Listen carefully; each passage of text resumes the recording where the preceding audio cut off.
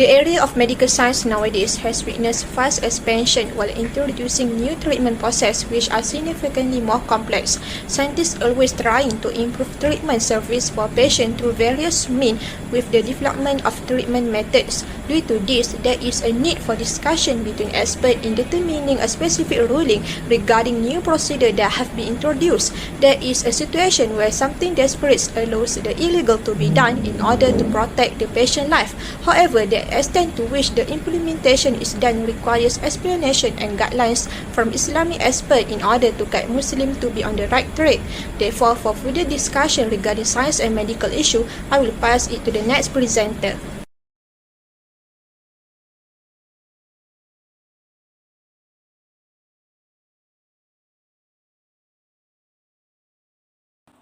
Next, I will continue to explain the issue on science and medical. The first issue is blood donation from non-Muslim. As we all know, blood donation is one of the most important actions for health institutions in a country where it serves to save the life of those affected by diseases. This clearly shows that blood donation is also closely related to Islamic values, which elevate life care in the ISH650. Aside from the goodness and moral value that the act of donating blood possesses, it is also supported by facts indicating that the activity of donating blood would not only help to save the life of someone in need, but would also play a role in the prevention of disease. In demonstrating the significance of blood donation, it can be seen to be closely related to Islam itself, where Islam attaches importance to healthcare in accordance with the Maqasid Sharia. As a result, when looking more closely at blood donation in Islam, it can be demonstrated and reinforced again through Surah Al-Maidah verse 2, which can be meant, and you should help each other to do good deeds and be righteous. Based on this surah, it is clear that the ruling of blood donating is sunnat, which is recommended, which not only helps to achieve every individual in need to achieve a better life, but can also have a positive impact on the donor itself. Thus, humans basically live in communities where a high interdependence between one another is needed to ensure harmony in society. This method is also demanded in Islam itself, where anyone who gives help and assistance in matters that lead to goodness and benefit will be rewarded. As a result, there are several issues and disagreements between the Muslim community's understanding of donating and receiving blood from non-Muslims, in which they are confused and feel is it allowed in Islam or not, because, as we know, non-Muslims have cultures, customs, and lifestyles that are not same as Muslim. This can be shown by the way they eat, where they are more inclined to eat food that is clearly forbidden in Islam itself, such as pork, alcohol, and so on. As we all know, Islam is concerned with what Muslims consume and chooses as their food. This method is seen as important in Islam, as every food and drink consumed plays a role in shaping the identity and personality of an individual. This is because everything that Muslims consume will become their flesh and blood. Thus, by explaining this method in further detail, it can be concluded that the law of donating and receiving blood from non-Muslims is permissible because it is in the form of blood and not the visible substances of a pig or iron here. In demonstrating the issue of blood donation to humans, it can be concluded that it is seen as necessary to protect and guarantee the welfare of society as a whole, and it is in accordance with the following legal maxim, which is harm is put to an end ad-darar yuzal, which gives meaning as removing harm is a requirement set in the Islamic Sharia itself. Therefore, greater risk and harm can be avoided through blood donation, and all parties must play a role, particularly in spreading the value and concept of blood donation more widely and effectively. In the context of blood donation, this is a treatment and method to protect human life while also minimizing the harm that people can suffer, which includes not only the patient but also the blood donor itself. Blood donation can be viewed as a choice between less harm and greater harm. When two harms collide in a risky situation, the lesser harm must be chosen. According to Islamic legal maxim, the greater harm in the context of blood donation would be leaving the patient to die. As a result, this maxim prioritizes human life, and avoiding harm is essential. Based on the issues and problems that arise in relation to the acceptance of blood donation from non-Muslims, it can be seen that each country has issued a variety of views and fatwas. Therefore, through this part, I will explain the fatwa for Malaysia, Brunei, and Singapore. As for Malaysia, the ruling of accepting and donating blood from non-Muslims is allowed based on the condition of the blood, which is no longer in the form of pig substances or iron, which is visible.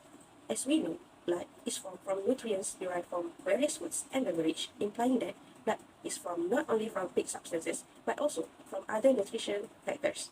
As a result, it can be concluded that receiving blood and also donating blood to non-Muslims is not an offense, even if they consume something that is haram.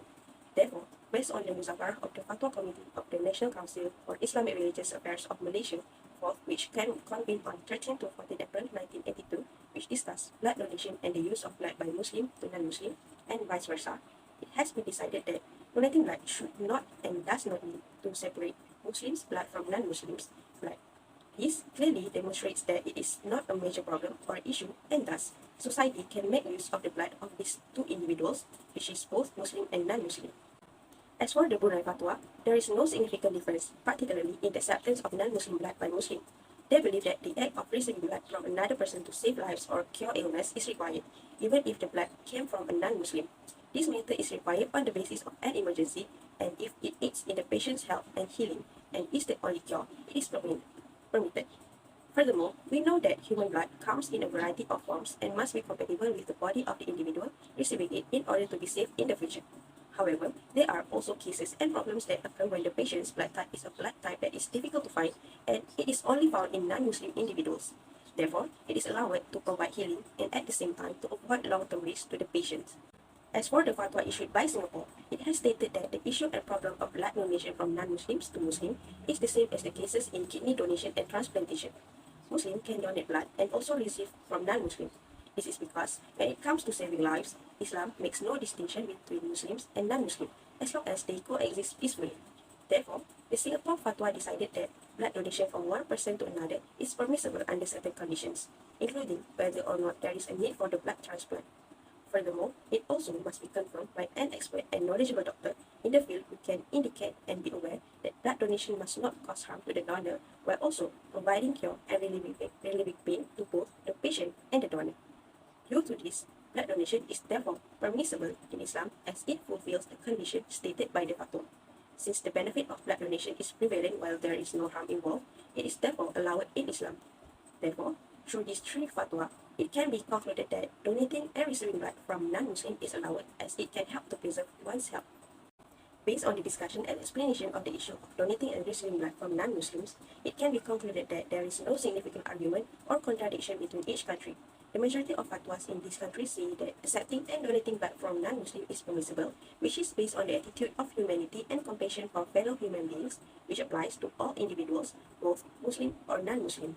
Therefore, the need for the role of all parties in further increasing the program and initiative related to blood donation widely, as it not only helps the recipient of the blood, but can also give a significant effect to the donor. Furthermore, as we all know, this blood donation application is viewed as a necessary test for the community, particularly in demonstrating the community's understanding and acceptance of helping one another. As a result, the activity of donating blood is viewed as an act that can have a positive impact on both individuals as well as the community itself as a whole to always help without regard to race, position, religion, and so on. That's all from me. I will pass to the next presenter.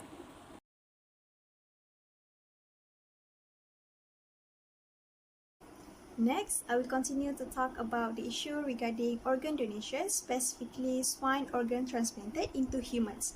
But before that, let me explain first what organ donation is about. Basically, organ donation refers to the act of giving one's body organs to those in need in order to replace failed or damaged organs like the heart, liver, lung, and kidney. As a result, they can then continue living a better quality of life.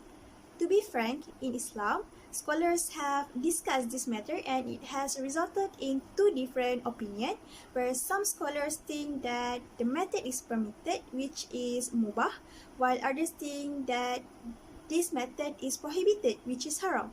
This is due to their approach to understanding an issue with the support of Nas and Hadith used are different.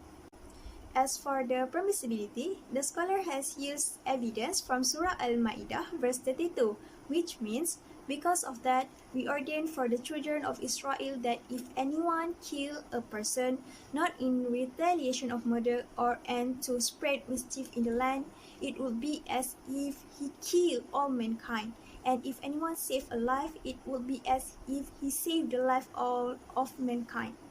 Based on the Quranic verse that I have mentioned before, or you can refer to the slide, focusing the meaning, if anyone saved a life, it would be as if he saved the life of all mankind. This verse has brought some scholars to think that the verse can be used to describe the needs and obligation of individuals who want to donate their own organs to their relative in order to save them and at the same time indirectly fulfill one of the maqasid Sharia, which is to preserve life. Meanwhile, As for the prohibition, the scholar has used the evidence from Surah Al-Baqarah verse 195, which means, "And do not throw yourself with your own hands into destruction." Based on the Quranic verse that have been mentioned, some scholars hold that Allah subhanahu wa ta'ala forbid us to throw ourselves into the valley of destruction. This is because organ donation can lead someone to mess with their own part of the body, which by cutting one's body indirectly leads to the loss of benefits. Even though there are arguments among scholars regarding the prohibition of the method used in organ donation, it cannot be denied that the ruling of permissibility is stronger than others, due to its absence can cause someone to lose their life. In that cases, the suitable legal mechanism to be used is al-mashqah tajlib at-taysir, which means hardship begets facility. This is because organ donation can become a form of facility that can help humans overcome all the difficulties they face, especially for end-stage organ failure patients. This matter coincides with the words of Allah SWT in Surah Al-Baqarah, verse 185, "Yuridullahu bikumul yusrah wala yuridu bikumul usrah," which means Allah intends for you ease and does not intend for you hardship. Hence, it can be concluded that Shara has given necessity, which is rukhsah, to people who are in an emergency, which is darurah, by allowing illegal things to remove the harm that has come. However, it should be noted that this sweet method will be implemented if no other halal option can be used in that situation. Now, we know that organ donation is permissible in Islam. However, the question right now is, what is the ruling if animal organs focusing on pigs are being used? Regarding this matter, I have brought fatwas from 3 different countries, which are Malaysia, Egypt, and also Indonesia. For the fatwa from Malaysia, to be true, this issue is not being discussed in depth, but the ruling related to the use of impure animal organs was briefly mentioned in the fatwa issued in 2015 regarding organ donation. In the decision of the fatwa, it has been decided that if the animal is pure, then it is permitted, and vice versa, except in an emergency, which is darurah. This matter was decided in such a way because it takes into account the method of fiqh, which is when two mafsadah meet, then protect, which is reject the greater harm by doing the lesser harm. Meanwhile, for fatwa from Egypt, they will also allow the use of transplanted pig's kidney in the human body. This decision has been made due to the fact that the organ is the only organ that can be used in order to save human life. However, it has been highlighted that it is only applicable if necessary. Last but not least is a fatwa from Indonesia, where there are also no exception to allow the transplantation of pig's kidney into the human body in emergency, which is the darurah situation, where if not done so, it will cause inconvenience and harm to the patient. Nevertheless, same as in the previous country, where this method is only applicable if there is no other way that can replace the method, because if it is found that there is a method that is halal and more effective that can be used, then it can be automatically considered haram. Based on the discussion related to the issue of the use of pig's organ transplanted into the human body, it can be concluded that the ruling regarding the matter is permitted, which is mubah, on the basis of emergency, which is darurah, which if not implemented can invite harm to the human being. However, if there is a way that is easier, halal, and effective, in addition to not harming the patient, then the permissibility of the ruling automatically turns into prohibition. This is due to the fact that in today's world, there are various technologies created in the medical field in order to fulfill human needs. Various creation of artificial organs have been introduced, like artificial heart and so on, to replace organs that fail to function. if the artificial organ that is successfully created is able to be used in an effective way and is not harmful, then its use at once can replace the pig's organ that was used before. And I think this is such a great idea to be implemented widely. That's all from me. Next, I will pass this presentation on to the next presenter.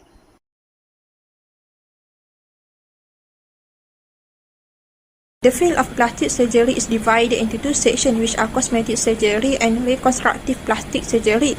The purpose of reconstructive plastic surgery is to correct physical features which are their forms or abnormal by accepted standard, either as a result of birth defects, illness, or trauma. Meanwhile, cosmetic surgery is generally considered elective and not necessary, since it aims to improve appearance to feel more satisfied. Islam prohibits cosmetic surgery for the purpose of physical beautification, but permits plastic surgery when there is a real necessity, such as for the purpose of treating disease or defects. So for this part, I will bring up the issue when the abnormalities or imperfection in a certain parts of the body adversely affects the individual emotional well-being and self-esteem. For example, the issue that I will bring up is rhinoplastic surgery, which is a condition where a person has a very large nose that causes shame, low self-esteem, and depression. From the Surah An-Nisa verses 119 means, and I will certainly mislead them and arouse in them with empathy hopes, and I will command them so they will slit the ears of cattle, and I will command them so they will change the creation of Allah, and whatever takes Satan as an ally instead of Allah has certainly sustained a clear loss. From these verses, it explains the prohibition of changing our creation, which is in this case mean changing the provision that Allah has created for personal satisfaction. Based on these verses, changing our creation is one of the devil's agendas in misleading people to do forbidden things, and those following shaitan path cause them to suffer loss. Thus, from these verses, originally any form of modifying something that is unnecessary is to human body part is prohibited by Islamic law. For the legal maxims that applies to the issue is al-umuru bin maqasidiha, which means matters are judged in light of intention. This legal maxim states that a Muslim acts, whether they be verbal or physical, should be evaluated in light of their purpose or niyyah, as intention becomes the main basis of acceptance of practice, whether it is accepted or rejected by Allah. Al-umur bin maqasidiha is a very important principle to be used as a reference in determining whether rhinoplastic surgery due to abnormalities that cause psychological harms is accepted or not from Islamic perspective. This is because from these legal maxims, it is important to determine a person's purpose and intention in performing the surgery. If no surgery is performed merely for cosmetic reasons to look beautiful with no urgent needs, such as to create a pointy nose, then it is sinful since it alters Allah's creations. Based on the issue of rhinoplastic surgery to shrink a nose because it's too big and wide, the Mufti of the Federal Authority stated that it is permissible according to the Islamic law for surgeries involving the restoration of normal function when the abnormality will negatively impact the patient's emotional well-being. However, this permissibility is tied to the condition that this mudarat must be ascertained by medical experts in plastic surgery and also mental health expert to assess the actual needs for the surgery. Besides, the changes must also not to be significant that it exists the standard appearance rate and does not have element of fraud. Besides, according to the European Council Fatwa and Research or MOIB, cosmetic surgery for patients with abysmal self-confidence due to the abnormally shaped limbs or other parts is permissible. This surgery is included in the tahsiniyah category as it involves the restorations of abnormality that affects the emotional well-being of the patient. However, in the case of tahsiniyah, types of surgery that are intended solely for beautification are clearly forbidden based on Islamic teaching. Meanwhile, based on Dar al-Ifta al-Misriya, which is the main fatwa body in Egypt, the principle to conduct plastic surgery with the purpose of changing one appearance without a medical necessity is legally prohibited. However, it becomes lawful if a doctor determines that the no surgery or such procedure will achieve either physical or psychological benefits. So, what I can conclude from the fatwa that has been discussed, rhinoplastic surgery due to an abnormality such as a nose that is too big or wide that causes mental distress and low self-esteem is permissible. It's become forbidden or illegal in Islam if no surgery is done for beauty purpose without any necessity. In my opinion, this surgery can happen if the defect or abnormality has a great impact on the individual life. It is well known that one of the aspects of attractiveness on the human face is the nose, and a defect in it can take away self-confidence and give a psychological impact on individual. However, the disability should be evaluated from another human point of view, and if it does not have such a significant effect, it should not be done. This is because it fears that this reasoning will be misused by individual in case the abnormality is revealed and does not have a big impact. Thus, every patient who claims a lack of self-esteem as an accused must undergo counseling to evaluate the actual need for the surgery. In this way, the only patient who can undergo the surgery are those who genuinely lack self-esteem or self-confidence due to physical abnormalities. That's all from me. I will pass to the next presenter.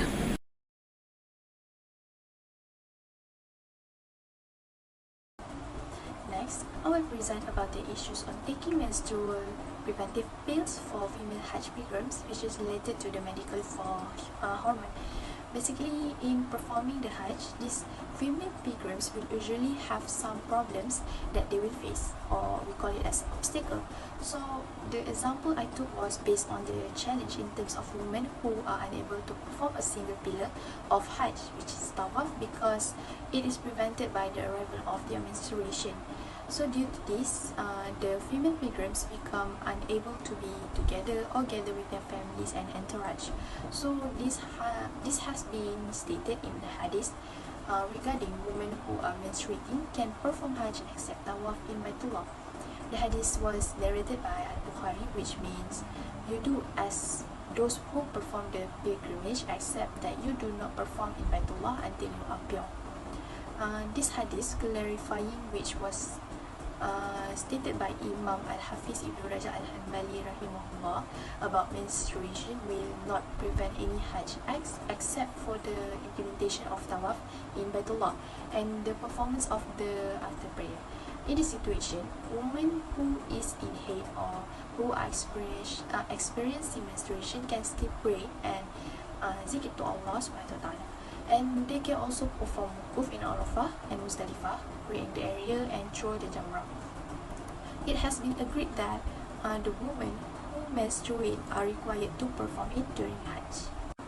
Based on this issue, we can relate the qawaid fiqhiyah, which is al-mashaqat tajlib al-taysir, Hajj Brigades facility, which contains the basic of law of convenience, which is rukhsah, in the aspect of Sharia in fiqh issues such as in worship, muamalat, and criminal law. When there is harm or something that prevents a person from doing something, the execution of qawaid fiqh make distress the cause of something. When distress needs to be eased, what happens is that the consequences will be given as an exception to an activity or thing that hinders the person activity. This can be seen according to Surah Al-Baqarah verse 185, Yuridullahu bikumul yusra wa la yuridu bikumul usra, which means Allah intends ease for you, not hardship. To relate these legal maxims to the issue of taking menstrual pills for female pilgrims, Islam requires this act as long as there is no prohibition.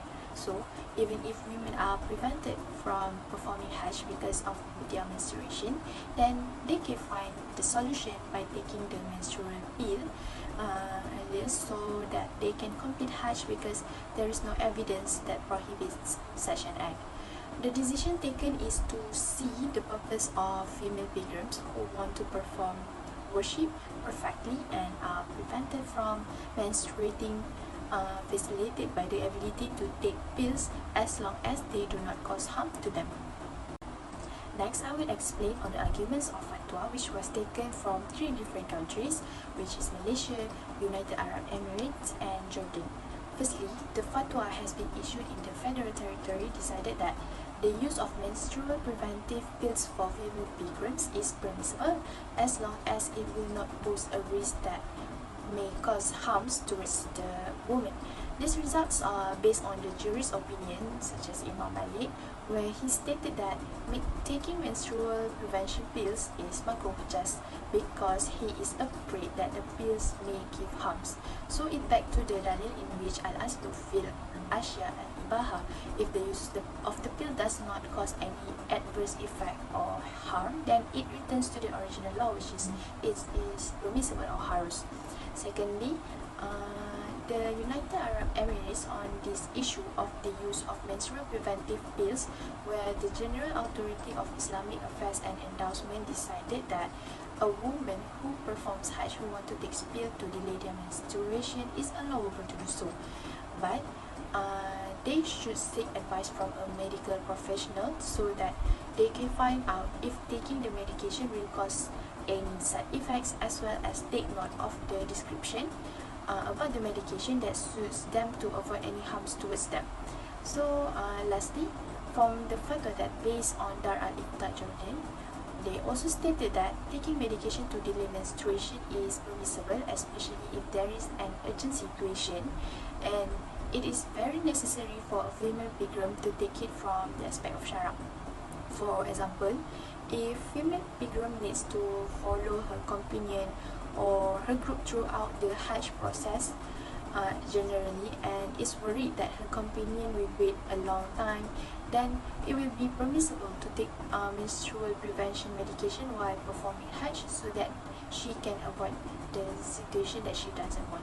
So overall, from the discussions and the analyzations on these issues, there is no disagreement in determining the intake of medications to prevent the arrival of menstruation to women.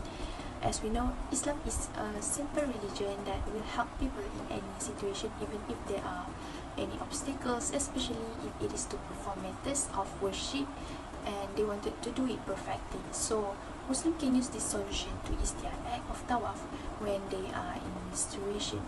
However, the key is they must ensure that it is not harmful and not affecting them. So medical advices must be obtained to confirm that it is safe to be used for the women pilgrims in performing their Hajj, to ensure that it will not cause any harm and not give any mudara to them in the future.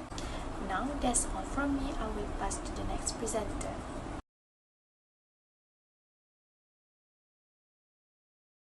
Assalamualaikum. Now I will continue with do not resuscitate or advanced directive. Do not resuscitate is cardiopulmonary resuscitation, which is CPR, which is a routine performed on any patient who is admitted to the hospital, which is those who have a heart or respiratory attack. Advanced invasive procedure and treatments that may be life-sustaining and may not provide any benefits may cause further suffering to the patient and his family. First, analysis of divine evidence. Based on Surah An-Nisa ayah 29, which means and do not kill yourself or none other. Indeed, Allah is to you ever merciful. Based on the general view of Islam regarding do not resuscitate, it can be concluded as one of the contemporary issues discussed within the framework of Islam. And as we already know, there is no specific discussion from among the jurists that specifically mentioned DNR. The author state that performing DNR on a patient would result in death as if DNR were seen as killing. However, DNR not necessarily considered an euthanasia. This is because the procedure involves the withholding of resuscitation, which is not beneficial to allow natural death to occur. Therefore, in Islam, it has been established that mercy killing does not apply to DNR, and the most important effect of DNR is death. And for analysis of the legal maxim. So back to the basic, everything is basically obligatory. Nothing is haram except that which is prohibited through an authentic and clear text by the Sharia. The legal maxim that I choose is state of emergency requires doing prohibited things. As we know, in Islam, very strict in illegal matters by closing all the ways that cause illegal things, either openly or hidden. However, in Islam, never ignores emergency situation and human limitation in dealing with the situation. It requires people in times of emergency to take illegal things just to be able to save them from perishing. Third, for analysis on the arguments of the Fatwa. According to Muzakarah of the Fatwa Committee of the Nation Council for Islamic Religious Affairs of Nation 97, according to the views presented, Muzakarah is one of the view that ending a person's life before he is declared dead by using any means and based on any reason whatsoever is haram and prevented by Islam.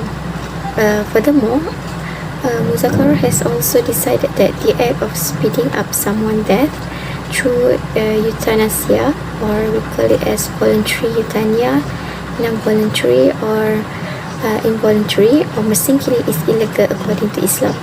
This is because it is tantamount to killing and it is against the medical ethics in Malaysia. Lastly, discussion on students' presentation. Through the argument of fatwa that have been discussed further, it can be concluded that based on the Maqasid Syariah, which is care of life, we do not need to do DNR if there is no good reason to do it. For example, the medical effort itself is a concept of taking care of life, which is among them is taking medicine, doing surgery and so on. However, if a patient or family voluntarily refuses to receive treatment because they are no longer willing to bear the pain they are facing, it is completely contradictory to the concept of Maqasid Syariah, which is to protect life. Therefore, we need to highlight the law that prohibits act that cause death, which is killing. In Islam too, mentioning the law of taking someone's life by killing is always prohibited, even with the aim of reducing prolonged pain. This is due to the ends doing not justify the means. Therefore, the needs for comprehensive knowledge and understanding related to the issues in which can ultimately help us in applying it in real life.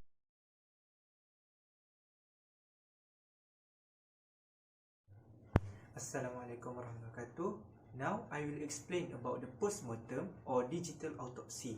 Postmortem in English is an examination of a deceased person's body conducted by a government medical officer. An autopsy is a medical investigation of a death to determine its origins and kind or degree of the changes brought on by a particular event or set of circumstances, such as the presence or absence of certain illness, chemical radiation, accident, injury, etc. In digital autopsy, it involves multi-slice compute tomography or MSCT and magnetic resonance imaging MRI. The overall pathophysiology of the body can be shown by MSCT pictures, and so can severe traumas. MRI scans can be used to zoom in on specific structures such as muscles, organ, and other soft tissue. As a result, three-dimensional picture is produced. We move to divine evidence. Postmortems are discouraged due to a dalil from Surah Al-Isra, verse 70. Al-Maraghi stated that this verse is a command for mankind to syukur and not commit syirik by relying on other than Allah, because He has provided them resources from land to sea. Glory refers to being superior to other living forms. It's an insult to the individual whose body is being dissected during postmortem examination, similar to cutting the corpse component. The Fatwa Committee said postmortems can be done for non-Muslim but are not required for Muslim unless for criminal cases or illness identification. Sharia bans torture and harming the dead, and virtual autopsies allow for a complete inspection of the body interior organs and system without touching the real body. Thus, the law of prohibiting disfiguring corpses may be enforced this way. Next, the legal maxim, necessities or constraint to the extent of datu or ad-darurah tuqaddar biqadri, should be followed to determine the autopsy's border and limit. In this case, the adage states that an autopsy can be only performed with court's permission if the cause of death is in doubt. For argument's sake, say the deceased person's corpse was poisoned from external source. In that instance, the judge must order pathologists to do an autopsy and analyze the deceased person's chemical evidence. First, pathologists must choose the smallest incision that will do the least damage to the body. If we can analyze fluids or blood without cutting, choose that option. For argument of fatwa, in view of the expanding importance of medical research and the law, Autopsy is vital in criminal prosecution. Postmortem conduct for purpose other than criminal inquiry are not encouraged. Sheikh Dr. Yusuf Al-Qardawi, a notable contemporary scholar, says any procedure on a deceased person must be done carefully as not to dishonor them. Sheikh Imam Ahmad Kuti of the Islamic Institute of Toronto also agrees to that matter. Most Islamic scholars agree that postmortem are essential in emergency. According to Muzakarah Jawatan Kuasa Fatwa Majlis Kebangsaan, digital autopsy or virtual autopsies in postmortem, if completely satisfied the demand, must be prioritized before the conventional postmortem method. In our view, a postmortem examination is only appropriate when it serves a specific purpose, such as determining the reason of death, diagnosing an illness, and obtaining an organ for transplant, but only after the family of dead has given their consent. This is done so that the deceased honor is maintained and the Islamic teaching are followed in the handling of the bodies. A postmortem examination is a crucial piece of evidence in criminal cases since it reveals the motive and identity of the perpetrator, while also raising public awareness and encouraging preventive measures. Postmortem examination, if declared permissible by a fatwa, are an excellent idea that stand to benefit both the community at large and the ummah as a whole. Most postmortem procedures are now legal as long as there are valid reasons for them, such as determining the cause of death for the benefit of the medical staff or providing crucial evidence in criminal investigation. That's all from me. Thank you very much.